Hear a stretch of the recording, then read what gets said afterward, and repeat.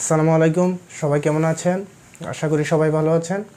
আজকের ভিডিওতে আমি দেখাবো কিভাবে আপনারা জিমেল পাসওয়ার্ড ভুলে গেলেও পুনরায় পাসওয়ার্ডটি জানতে পারবেন।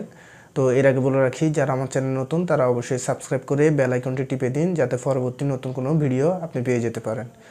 আর ভিডিওটি ভালো লেগে থাকলে অবশ্যই লাইক কমেন্ট শেয়ার করবেন। তাহলে শুরু করা যাক।